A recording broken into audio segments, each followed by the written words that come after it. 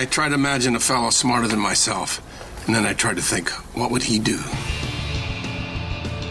Charge up your axons, ready your receptors, and shift your lobes into upper beta phase. You are listening to Smart Drug Smarts, the podcast dedicated to helping you optimize your brain with the latest breakthroughs in neuroscience, nootropics, and psychopharmacology. Hello and welcome to Smart Drug Smarts. My name is Jesse Lawler. I am your host, and this is the 113th episode of this podcast dedicated to the ongoing improvement of your brain, my brain, all of our brains, by every little known unsuspected trick that we can possibly come up with. This week we're going to be having an episode that I almost feel like this is a public health warning, an issue that I was aware of but was not fully appreciative of nearly how serious it is until I spoke with our guest. His name is Gary Wilson. He's the author of a book called Your Brain on Porn, and a pretty widely seen TED Talk on the same topic. I'm not sure if he would characterize himself this way, but he's kind of like the Paul Revere of the real physiological dangers of internet porn use, its effects on the dopamine centers in people's brains, and all sorts of follow-on effects that really can go well beyond a person's sexuality, as if that weren't enough. It's a fascinating conversation, a really kind of scary one. And regardless of whether this is something that you think has any real bearing on you personally or not, I think when you hear some of the statistics he cites, you'll realize that there's probably no small handful of people that you are connected with for which this might be a major issue, whether you know it or not. But that'll be in the main interview. If you hang around until the very end of the episode, we're going to keep on the theme of sex and technology and check in with a lunatic fringe on two sides of the issue of robot sex. Those that are trying to lead the charge towards humans having sex with robots, and others who are trying to install digital chastity belts or some such thing. But as usual, let's first kick things off with This Week in Neuroscience. Smart Drug Smarts, This Week in Neuroscience. So standing desks are pretty hip. They've been hip for a few years now. I'm not exactly sure when the trend started. I'm actually standing at a standing desk as I record these words. I always try to record my interviews with people standing, partially because I think it helps with speech and getting more air in the lungs and stuff like that, but partially because I think there's some subjective benefits to alertness. It's one of those ideas that makes intuitive sense, but there's getting to be more and more science to actually back up the idea that keeping on your feet more often is not only good for your body, but also good for your mind. If you want to dig deep into the body part, actually, I'll recommend a book that I read earlier this year called Get Up. I forget the name of the author off the top of my head, but we'll put the name on the website. This was a really interesting book, more interesting than you would think it would be when the thesis of the book is essentially don't spend so darn much time sitting down while you're awake. That's the book in a nutshell, but there's about 250 pages of really, really interesting and compelling stuff that will kind of scare the bejesus out of you and make you want to spend a lot more of your life standing and walking. It definitely did have that effect for me. I haven't actually set up a standing treadmill desk, but that is on my gift to self list for 2016. So back to the point, this week in neuroscience, there was a new study released by Texas A&M Health Science Center School of Public Health, and it seems to indicate actual cognitive benefits measured in their study by students standing at standing desks. Ranjana Mehta, an assistant professor at Texas A&M, followed freshman high school students over the course of a school year, giving them computerized cognitive assessment tests to assess the executive functions within their brain. These sorts of tasks are particularly academic ones, the kind of things that are done in the frontal and prefrontal cortex when we're consciously analyzing tasks, we're breaking them down into steps, and then we keep them in our mind until we get them done. And the students were measured using a portable brain imaging device called functional near-infrared spectroscopy by placing biosensors on the students' foreheads as they were tested. According to Mehta, continued use of standing desks was associated with significant improvements in executive function and working memory capabilities. So that's how they actually did on the tests. And then as far as the brain scanning, changes in corresponding brain activation patterns were also observed. Research on students at standing desks to date has normally been about sedentary time and how it relates to childhood obesity, but there have also been some studies that have focused on student behavior while at standing desks, and that seems to show an improvement as well. So, apparently a whole lot of benefits to be gained here, and no reason to suspect that similar findings wouldn't arise had they been testing adults versus high school freshmen. Smart Drug Smarts, the podcast so smart, we have smart in our title, twice. Picked up a couple of 5-star reviews this week on iTunes. Wings of Truth says, as a neuroscience student and someone who never comments on anything, I must say this is an amazing podcast. Thank you, and P.S. just took Nexus and Mitogen for the first time. Extremely satisfied. And Lululupsi says, stellar podcast, witty and filled with mind-blowing information backed up with beefy science facts. Feed your brain with the good stuff, highly recommended. So thanks to both of you, and thanks to everybody that's communicated over the course of this past week. You probably couldn't have helped but notice within that first review from Wings of Truth, the name dropping of Mitogen and Nexus, the two stacks that we've got available over at axonlabs.io. That was not entirely on accident, because I would very much like to encourage you, if you have not yet tried Nexus or Mitogens, to head on over to axonlabs.io, pick up a bottle or a jar or both of those. You know what? I'm not actually sure what the difference between a bottle or a jar is. They both have lids. I don't think that the material matters. And truth be told, I'm not sure if I would consider what we store Nexus and Mitogen in to be a bottle or a jar. I'm going jar. Anyway, really proud of them. They're both great products. No obligation, of course, but if you are curious what we like gulping down with our coffee here at Smart Drug Smarts, check that out over at axonlabs.io.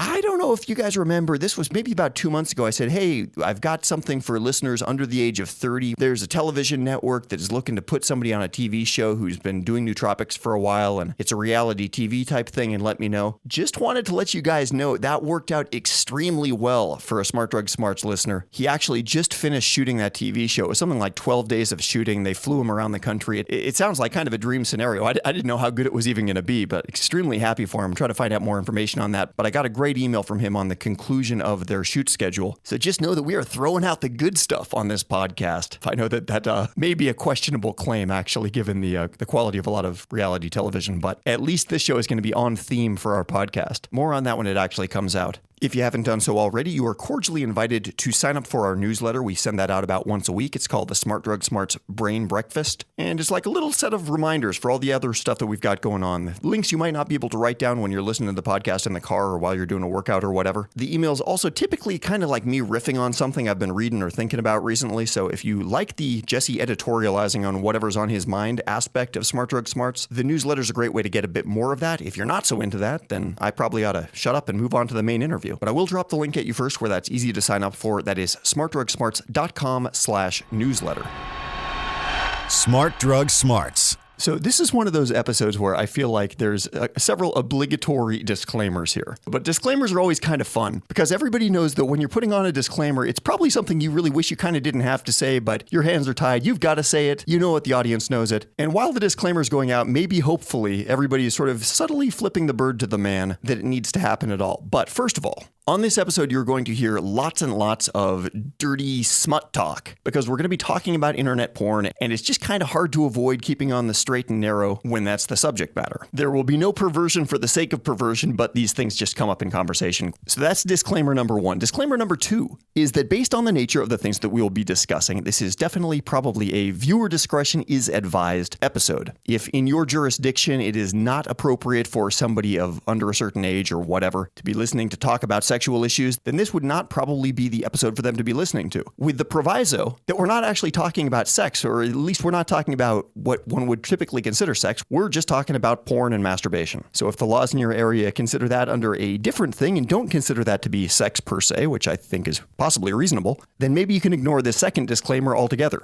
And finally, the third disclaimer, the disclaimer on the disclaimer, is that as you listen, you'll probably realize, as I did, that it is exactly the young people who normally disclaimers like this are intended to protect, and I use curly quotes when I say that are probably the people that should be hearing and learning about the topics that we're going to be discussing here, because it is exactly those young people whose brains are still in their developmental stages who are most at risk from the dangers that you're going to hear about in this episode, and it makes sense to really try to make these people aware of it to the largest extent possible, I think. So I leave that to each of you in your sole discretion, but I'd really want to underscore the point that protecting people from information sometimes might not be protecting them at all. So a little bit of an oddball topic here, because this isn't a cognitive hack, but I would consider this in the same genre as maybe the neurotoxins episode that we had, as something that people should really be aware of to protect the functioning of their own brains from what in this case is a completely avoidable danger if somebody has the right information. So lest this conversation sound like it's a couple of guys running around with their hands in the air, screaming that the sky is falling, let's acknowledge that yes, porn is absolutely nothing new. It's been around forever. There's the old cave paintings of women with ridiculously large breasts and butts and things like that going all the way back. And actually,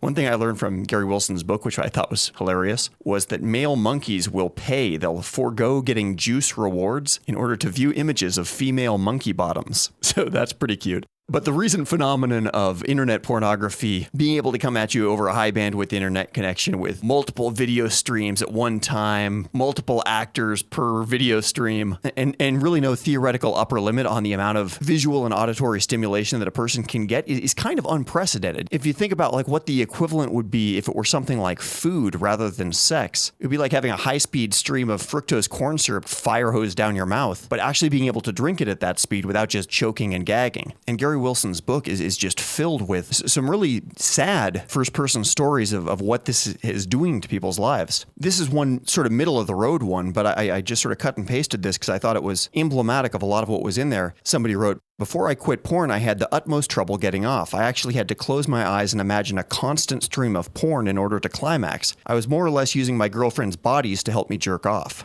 And this was at least one of the guys that was able to maintain a relationship with a girlfriend and still physically go through the motions of sex. A lot of people weren't even that lucky. So with that as a bit of preamble, let's jump in now with Gary Wilson talking about internet porn. My background is as an anatomy and physiology teacher, which I did for many, many years. And what led me to be involved with looking at the effects of porn is about 15 years ago, my wife and I started looking deeply into the neurobiology of sex, bonding, orgasm, ejaculation, things like that, and relationships. So it was the neurobiology of relationship, sex, orgasm. And she created a website, put these articles on the website, eventually created a forum, wrote a book. So we had a lot of material there. And what's interesting is guys in about 2006 started showing up on this forum that was about relationships that had nothing to do with porn and started talking about their porn-induced problems, such as porn-induced sexual dysfunctions, porn-induced morphing sexual taste. And she says, "Why are you here?" And they said, "Well, you have all these articles that have all these words that are associated with our problems." She let them stay. More started to show up until her forum, which had nothing to do with porn, overflowed with these men discussing their problems. Yeah. Now, the interesting part about it is they started to recover. They would abstain from porn a couple months, 3 months. And not only did they see their erectile dysfunction, which they had for years, go away, or their strange sexual taste go away, they also saw improvements in other areas that were a bit surprising to them. They would see brain fog go away, concentration would improve, their motivation would go up, they had less fatigue, social anxiety would become less, depression would go away. Many other symptoms you would not think would be associated with chronic porn use were, and so that sort of started the ball rolling. About that time, my wife started blogging on Psychology Today. We started writing some articles about that, and she said, "Hey, Gary," this was about 5 years ago, "could you make a separate website, structure one so these guys can get the information?" So I did, and then that blew up, and then I was asked to do a TED Talk, and that blew up. So I guess because there's a problem, and because we were talking about it scientifically and non-morally, non-religiously, we became sort of a center of attention for this information. For people that don't necessarily understand the scope of this problem, and having read your book, I mean, it was a shocker. I mean, I'd say the book is, by volume, is almost about 50% posts that other people have made on one of the websites explaining their own problems and their own issues in their own words. And there's just a ton of shocking stories, like one after another after another. For people that aren't aware of the scope of the issues here, can you kind of give a little bit of a sampling of some of the issues that people are dealing with? Those are just a small sampling. I've collected about 3,000 rebooting accounts. We call them rebooting accounts because these guys, these are not stories about, oh, I think I have a problem that porn has caused. These are stories after the guys have recovered and they identified their journey, which may have taken 9 months, a couple of years, and the conditions that remitted during that period and the changes that it experienced. So I have 3,000 full ones, and we have many, many shorter ones. And what's interesting is we collect these from forums that have just popped up in the last 4 years. There's one very famous one called Reddit NoFap. It has about 160,000 members, and it started about 4 years ago. The vast majority of these members are men, and they're from the ages 15 to 30, almost all of them. So it's primarily young men who are experimenting with giving up porn and seeing what happens. So I think it's pretty big because we really can't acknowledge that it's almost universal that young men with internet access are going to use porn. How much porn they use, it's hard to tell, but we're now in a whole different environment that's completely different from the one I grew up with, or even my son, who's 26, grew up with. So I think it's almost universal for young men to experiment with porn use. Sure, and I mean that's always been the case to whatever extent porn has been available. But I think like you mentioned, just the epic availability of porn nowadays, as many windows, as many screens, as many varieties as a person wants. There's not really a bottleneck. Well, yeah, I think about back in the 70s and 80s, it was illegal for anyone under 18 to even see an X-rated film. Now you can go out at any age with your smartphone and see the hardest of the hardcore, put up about 20 tabs, 3-minute clips apiece, and just run through it. And you can start that before puberty.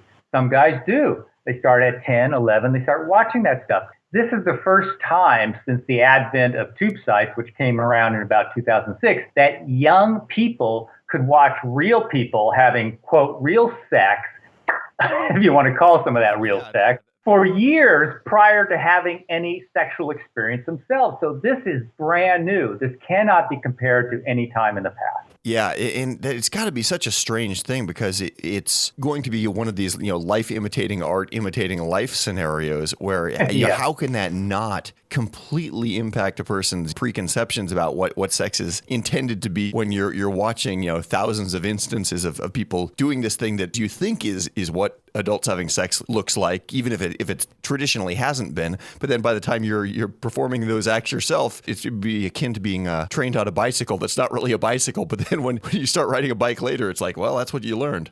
Yeah, because it can't be compared to any other stimulus. So some people say, oh, this is just like people watching video games. No, it's not.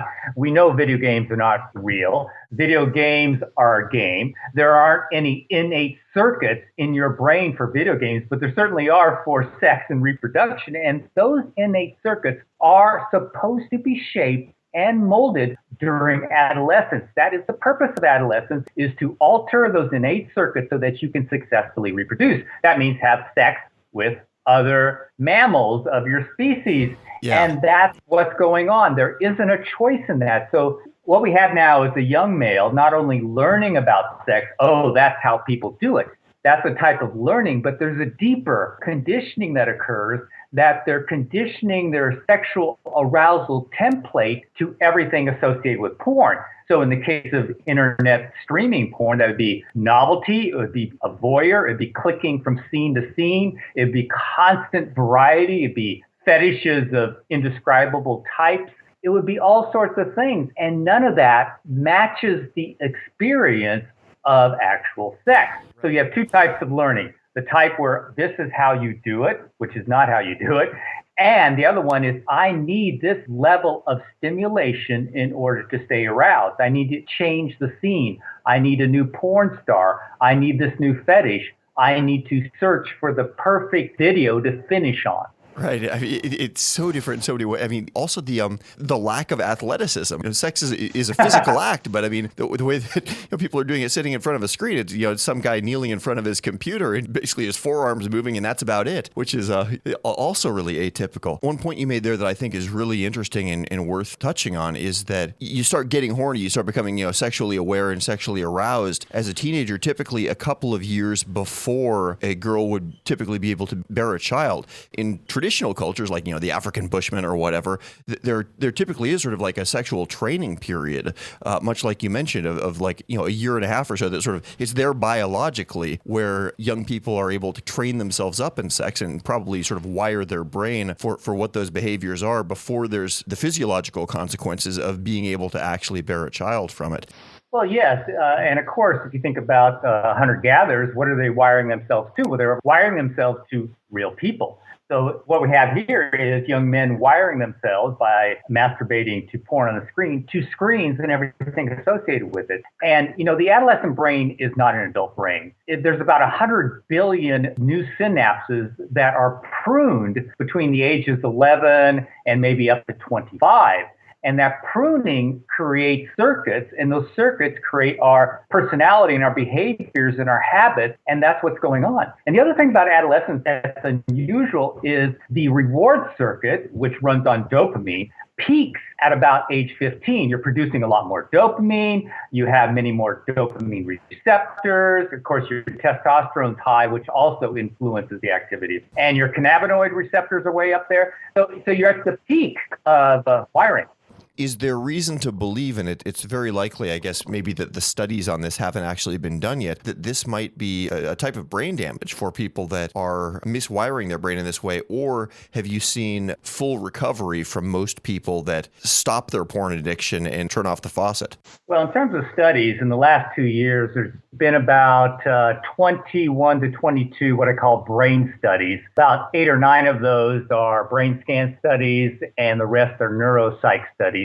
They're on the front page of my website at the top. They're all listed there. And every single one of them is consistent with what occurs with drug addiction in terms of the brain changes that occur. Those are porn users, some of them. Some are porn addicts. Some are just people who use porn. So they're seeing changes consistent with regular addiction. But, when you think about an fMRI, which is a brain scan, what can it measure? Well, it certainly can measure a few things like the activity of the brain when it responds to stimulus or the sizes of certain parts of the brain. But what it can't really measure are things that are occurring, such as sexual conditioning. That is, of course, too intricate, except for the type of extra activity in the reward center that occurs when porn addicts are exposed to cues associated with a porn use. So that might be a sort of conditioning. So yes, there are brain studies. Yes, they are consistent with what we think. But in terms of looking at adolescence and what's going on in a bigger picture, since many of these guys come to these forums to stop using porn because of sexual difficulties, a good way to look at what's going on is to look at the rate of sexual dysfunction occurring over the last 20 years. Well, if you look at all the meta-studies, if you go back to 15 years ago, 20 years ago, before the advent of streaming porn, the rate for erectile dysfunction in men under 40 were usually about 2%, sometimes up to 5%, depending on the study. Now the rates for erectile dysfunction in men under 40 are between 27 and 33%. Wow, that is unbelievable. And that's 6 studies in the last 3 years. And they did a study on men ages 16 to 21, and they found that 54% of them had sexual dysfunction, 27% had erectile dysfunction, 24% had low libido. I don't know about you. I remember being 18, 19, and 21. I didn't have low libido. Yeah. Those are amazing statistics, especially because it's like almost the reverse age stepladder of the frequency of what you would think erectile dysfunction would be. I mean, you would expect that to get worse and worse and worse as a guy ages, but not from the sounds of it.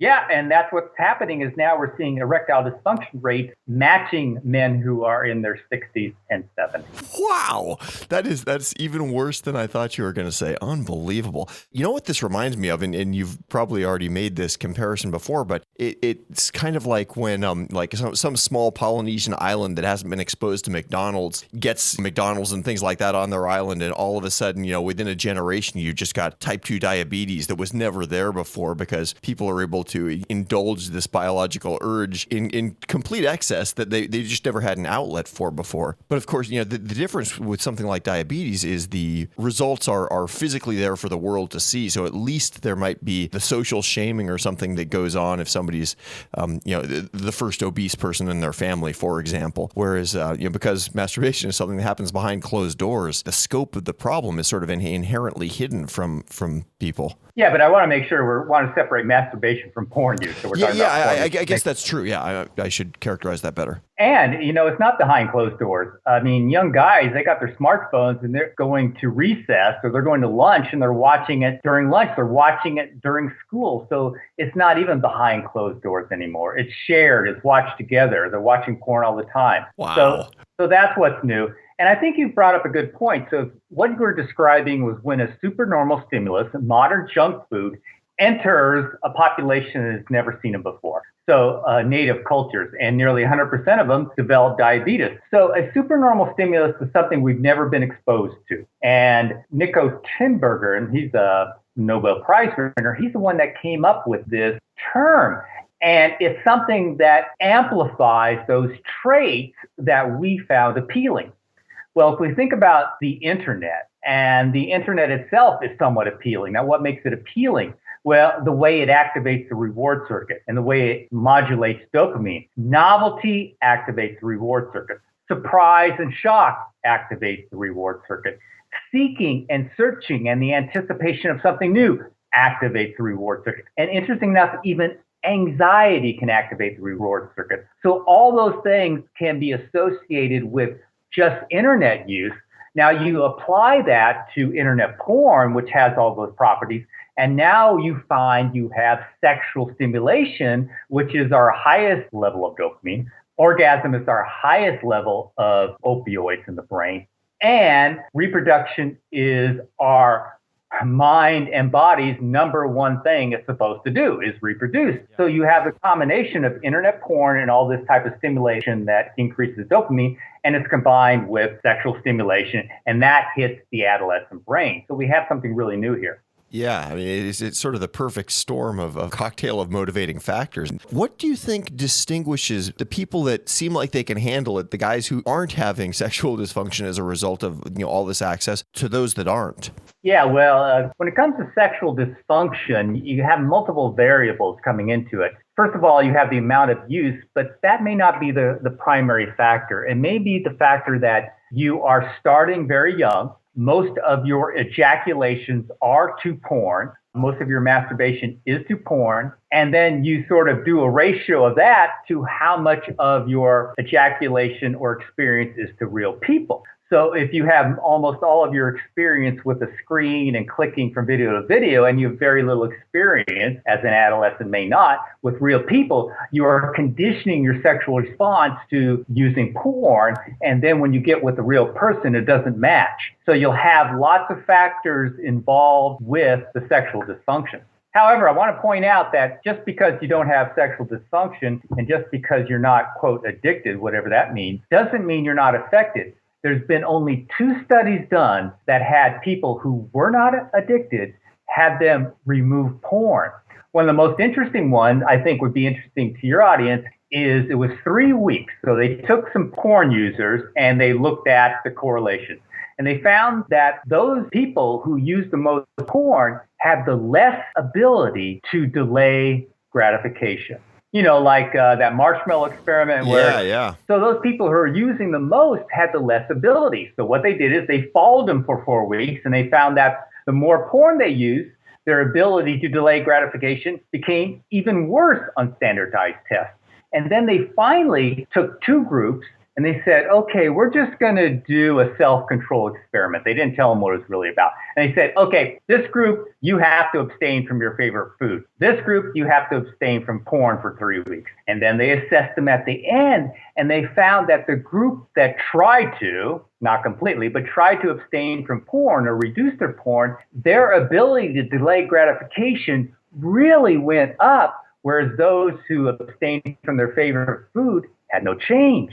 Wow. So that indicated that porn use itself, not actually trying to abstain from anything, porn use itself was the cause of the decreased ability to delay gratification. Tell us about the dopamine systems. And I mean, it's some of the things that you mentioned earlier on that people find when they quit internet porn use sounds like these are far-ranging dopamine systems, almost akin to like getting rid of a case of Parkinson's that you didn't think you had. You wouldn't necessarily think it had anything to do with porn one way or the other. Yeah, so the dopamine system involves the reward circuit, but also involves the hypothalamus, which has certain centers in it that also affect male sexual behavior and male behavior in general. So let's say that you have a young man who's developed porn-induced ED, and these young men don't even have nocturnal erections. Some of them are so bad they can't even get an erection without porn. They're 23 years old. They can't get one with porn. They can't get one without. And some of them take up to a year or longer to recover. And when they try to recover, they go through what's called a flatline, which they have zero libido. They feel like their penis shrinks.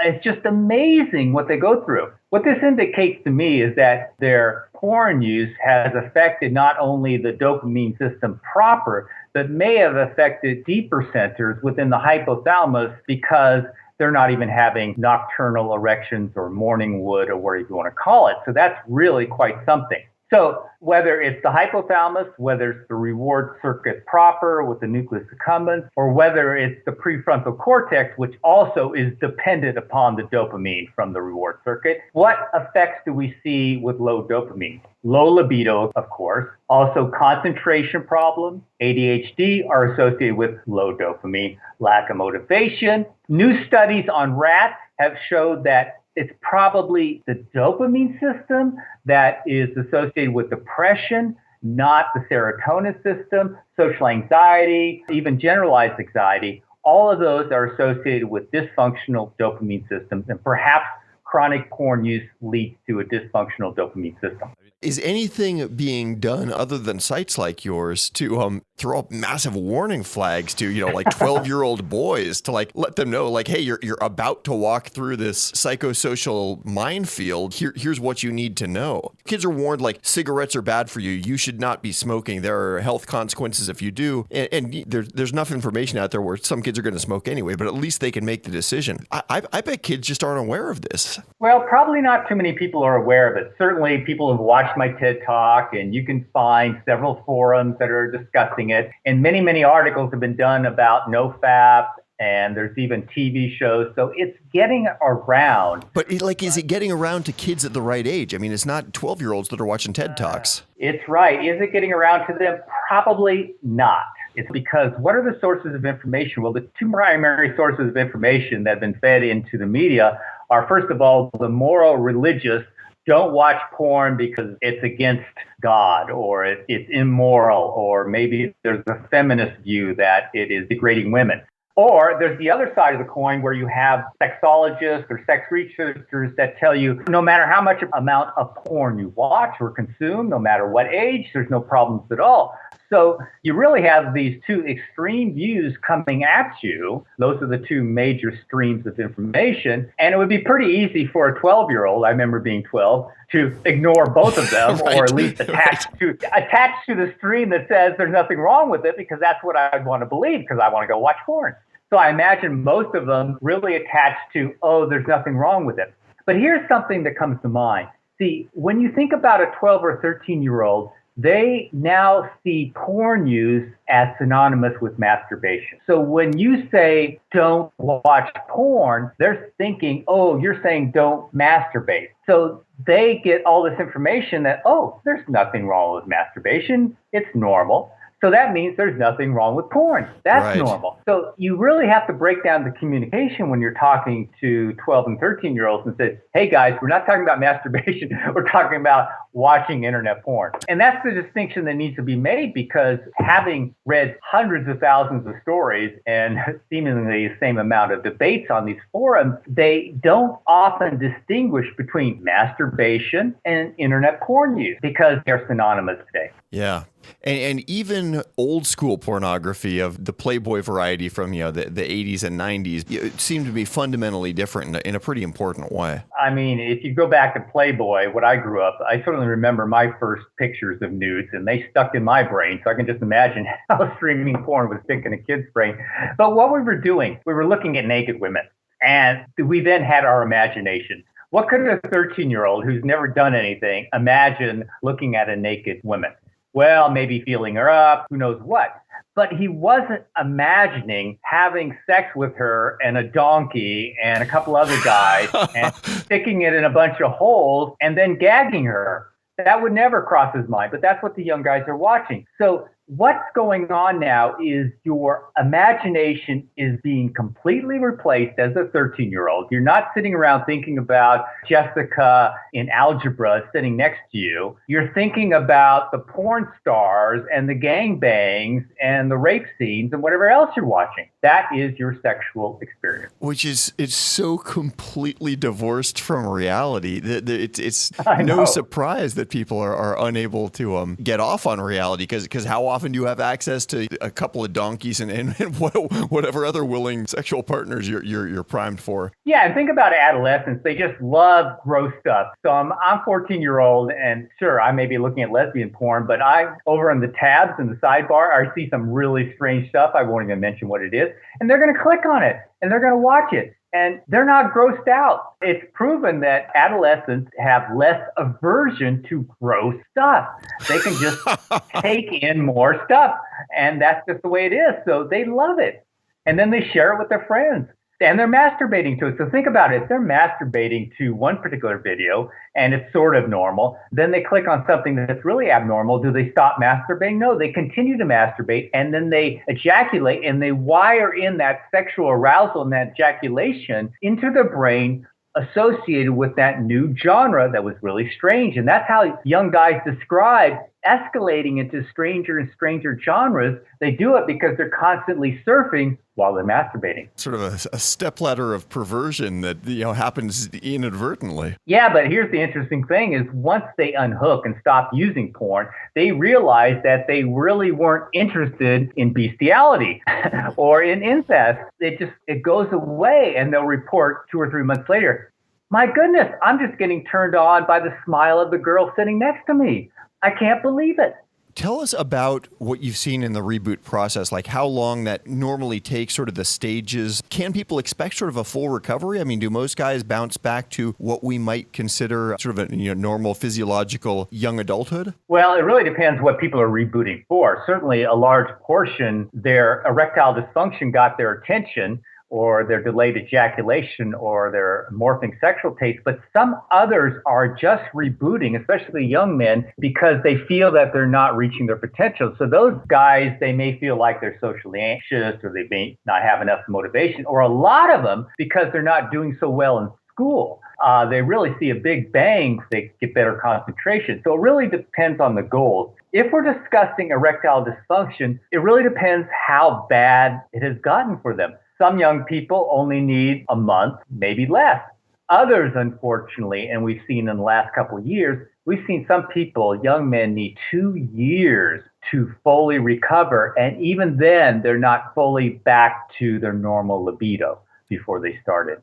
I mean, that's a 25-year-old, and they're still not getting fully turned on by sex. And that's because they wired their sexual response for many, many years during adolescence to internet porn. Yeah, it reminds me in a weird way of Chinese foot binding, or one of these things that's like so absolutely self-destructive, and because you don't want to miss your mid-20s. That's kind of like the highlight of your sexual life for a lot of people, and if you're limping yourself then, literally and figuratively, that sucks. Yeah, but the good news here is even guys who have no problem. So you have listeners out there, they don't feel addicted. They may use it occasionally, but I would suggest, give it a 90-day break. Just cut off from it. Don't fantasize about porn, and then see how your real life sexual experience unfolds. Do they get better? Well, if they get better, then that means you've been affected by your porn use. Yeah. I mean, I think there's probably a pretty close analogy to junk foods. I mean, it's not like you can have to have a healthy diet, you have to, never eat a chocolate bar, or, never drop into a McDonald's, but it's not something you should be doing daily either. And for different people, the amount they let themselves go off their dietary reservation is going to differ. But for some people, it might be a zero tolerance policy is the best way to go. It really should be. Now, one thing I want to mention about the rebooting. Rebooting means to abstain from all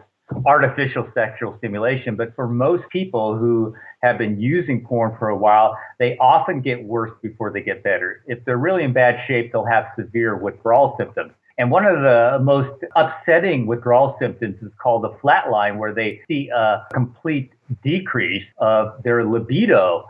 And even some can't even get an erection anymore, at least temporarily for a few weeks. So one thing to know, it may get worse before it gets better. We've been talking about this pretty much from the guy's perspective, but I'm really curious as to what, for women, for girls, on the flip side of these big sociological changes, what do we have the sense that this might be doing to girls that are trying to have romantic and sexual relationships with guys growing up in this world? Yeah, well, there's a couple of ways to look at that. The first way to look is that both the adolescent males and females are being conditioned. So they're both thinking that porn sex may be normal. So in some senses, the stories we hear is that the girls are going along with it because they think this is normal. The guys also think it's normal. Now, let's give an example. Let's talk about anal sex. Now, anal sex wasn't that common in heterosexuals before porn. There was only one study done, was it 2 years ago? Yeah, UK 2014, where what kept coming up in surveys of adolescents was they were doing anal sex. And so they looked deeper into it, and then they interviewed all these adolescents, and they found that not only were there very high rates of anal sex, but that neither the males nor the females enjoyed it, but the males expected it, and the females felt coerced into doing it. And so what we have is both of them doing it because not only do the males expect it, but everything they see on the internet tells them it's normal. Neither of them are enjoying it, but it's like a rite of passage. And of course, you can have more damage through anal sex and you can transmit sexual diseases. And the vast majority of them are not using condoms. So, that becomes a problem too. Wow. That's I'm laughing. It's not really funny, but wow, what a strange turn of events. But that's the whole thing is sometimes, a lot of times the young females know it's not real. And so there's a lot of friction, but it's really very few studies on adolescents. You really have to go through a lot of trouble to have a study on adolescent sexuality be allowed. There's so few of them. Right. The social taboos around even giving kids sex education classes can be so troublesome in some areas. Then to tell them, take the morality out of it, just like if you want your body to work the way that you probably will want your body to work, these are things you should not do. Well, sex is very controversial. So that's our problem. Extraordinarily controversial. And it's controversial both on the conservative end and on the very liberal end. The conservative end says, let's not talk about it. Not all of them, of course. Liberal end says there's nothing wrong with anything. I know I'm doing extremes here. But what happens is if you come in and say, sex is the most powerful stimulus that causes neuroplastic change. The adolescent brain is set up for those neuroplastic changes, and especially to wire up to sexual stimulation. Now, let's look at internet porn, and then let's describe that, in fact, it is a supernormal stimulus. And you may be wiring up sexual proclivities or sexual arousal templates by using internet porn. And they should learn about the reward circuit and how it functions, how it can be affected not only by sexual stimulation, but by video gaming, by junk food, by all sorts of stimulants. But this information is really not allowed to get out there, not in sex education. There's too much resistance from all sides. If you were to sort of put on your futurist speculation hat and think where some of this might go, especially with technologies like virtual reality getting better, sex robots and things like that might be realities within the next 10 to 15 years, do you think by the time the message you're spreading percolates out there more and becomes more widely understood as a problem, will society be sort of inoculating itself to that the way that we have anti-cigarette campaigns as part of the normal cultural background now? Or is this something that's going to get way worse before it gets better? It's going to get a lot worse before it gets better. So unlike smoking where you had to go buy it and you couldn't smoke if you're underage, now everyone can have it. And unlike smoking, you're training your sexuality during adolescence. You don't have a choice. So now you're training it on the internet. What's really going to happen, I'll predict the future, by about 10 years from now, it's going to be very clear that internet porn can cause all sorts of sexual dysfunction. And that's going to pry open the door for people to be willing to look at this clearly without conservative or liberal judgment and just look at it from a neuroscience-based neuroplastic model of what's going on. Smart Drug Smarts. So thank you so very, very much to Gary Wilson for having that conversation and bringing this conversation to our audience. You probably heard during the course of the episode, there are several times where I'm saying like, whoa, wow, and just kind of falling out of my chair. This had been a borderline episode for me. This was one that I didn't necessarily think was really on topic enough for us to talk about. But once I got part way into the book and really saw the extent of what a problem this is, it really charged me up to want to do this episode because it seems like such a big problem, such a avoidable, manageable problem if the information's put out there. People don't walk down the street telling everybody about it when their penis isn't working correctly, but that doesn't mean it's not happening all over the place. There's that old joke about, hey, doctor, I've got this friend and he's got this horrible problem and what should he do? And hopefully this won't sound like that, but literally I was talking with a friend before I did the interview with Gary Wilson and I said, hey, I've got this episode coming up. It's going to be about this. I'm talking with this guy that wrote the Your Brain on Porn book. And my friend, to his credit, very honestly, said, that guy absolutely changed my life. That this guy is a guy in his mid-20s. And he said that he'd pretty much fallen into this internet pornography trap. And he said, I really think that I've lost about 7 years off of what should have been my sexual life when he should have been out there chasing girls, but was instead sucked into this internet porn hole. And he came across one of these online communities to try to break that habit. And he did. He went cold turkey and pulled himself out of it. And the thing is, it's like you wouldn't suspect for a second to look at this guy, to meet this guy now, that he's anything but a sharp young dude, ladies' man, could have whatever girlfriend he wants type of guy. But that really underscored for me both the insidious, hidden nature of this problem and also the real potential for people to bounce back from it and really change their life in a positive way. I got a couple of young kids in my extended family that they're probably a little bit too young to be worried about this yet, but I'm definitely going to drop some emails to some family members and just say,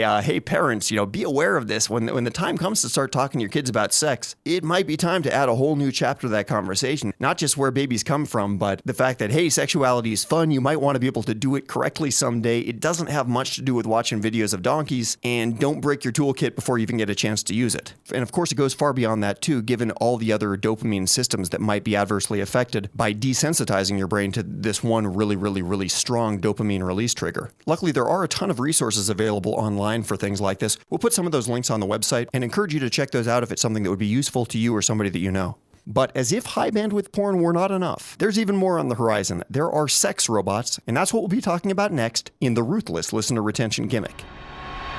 Smart Drug Smarts, Ruthless Listener Retention Gimmick. So you just listened to a long conversation about pornography, masturbation, and some of the unintended consequences of going off the straight and narrow of humans having sex with other humans. There have always been a variety of options here. I'm willing to bet that all of us have heard enough Scottish sheep farmer jokes to recognize that this line of thinking goes all the way back to prehistory. But technology has just given us more options more and more quickly. And while streaming broadband porn is obviously already here and here to stay, things are going to get steamier and weirder as virtual reality technologies, augmented reality technologies, and good old-fashioned 3D non-VR dollars and cents, pounds and kilograms robots are going to be here to satisfy humans' carnal desires as well. Maybe sooner, maybe later, or more likely, probably in iterations, we'll probably be able to have sex with things that look like R2-D2 in the very near future, if you can't already, and things that are a lot more ladylike or manly, depending on your preference, a few years to a couple of decades down the road. This has not gone unnoticed, and two academics earlier this year launched a legitimate, a public interest campaign called the Campaign Against Sex Robots. They have a webpage which we will link to, but just to go down the bullet point list of a few of their main objections, they say,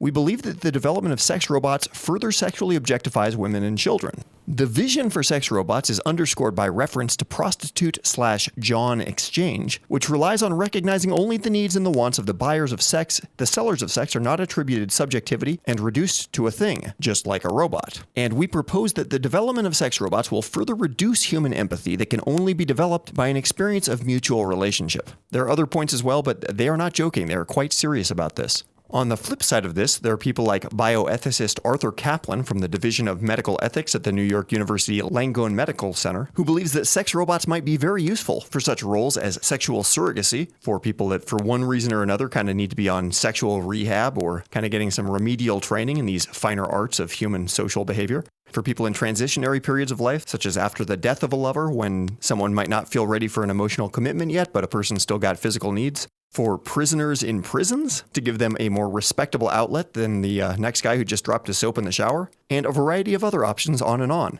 So people talking seriously about these issues, which is just really, really fascinating. As for me, I tend to be in somewhat of the inevitablist camp here. I think the sex robots are coming whether anybody wants it or not. And I think it's going to probably call out two very important things. One is that humans tend to anthropomorphize things from teddy bears on up. We like to attribute humanity to things whether they are functionally human or not. And just as likely as the fact that having sex with robots might make us objectify humans, it also might do just the opposite and make us humanify robots. I could really see that going both directions. And I also think that people who are really adamantly against the idea of people having sex with robots are sort of holding human sex as it is now to a false level of moral perfection, because there's a whole lot of human-on-human sex that doesn't have a lot of humanity or compassion or feelings of mutual goodwill involved. So it's not like we're going to be breaking new ground with non-romantic or objectified sex just by introducing robots as a potential partner.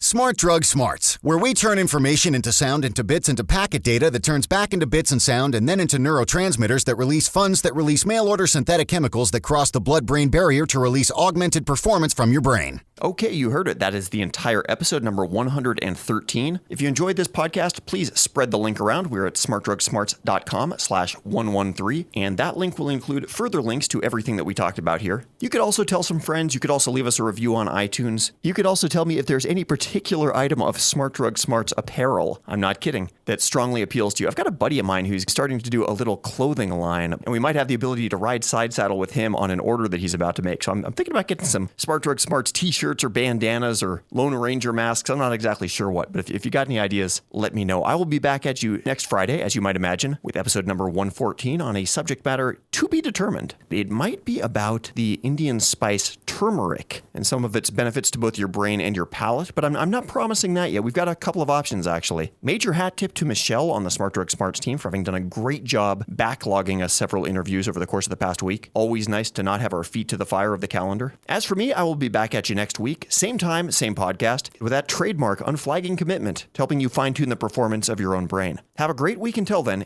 and stay smart. You've been listening to the Smart Drug Smarts podcast. Visit us online at www.smartdrugsmarts.com and subscribe to our mailing list to keep your neurons buzzing with the latest in brain optimization.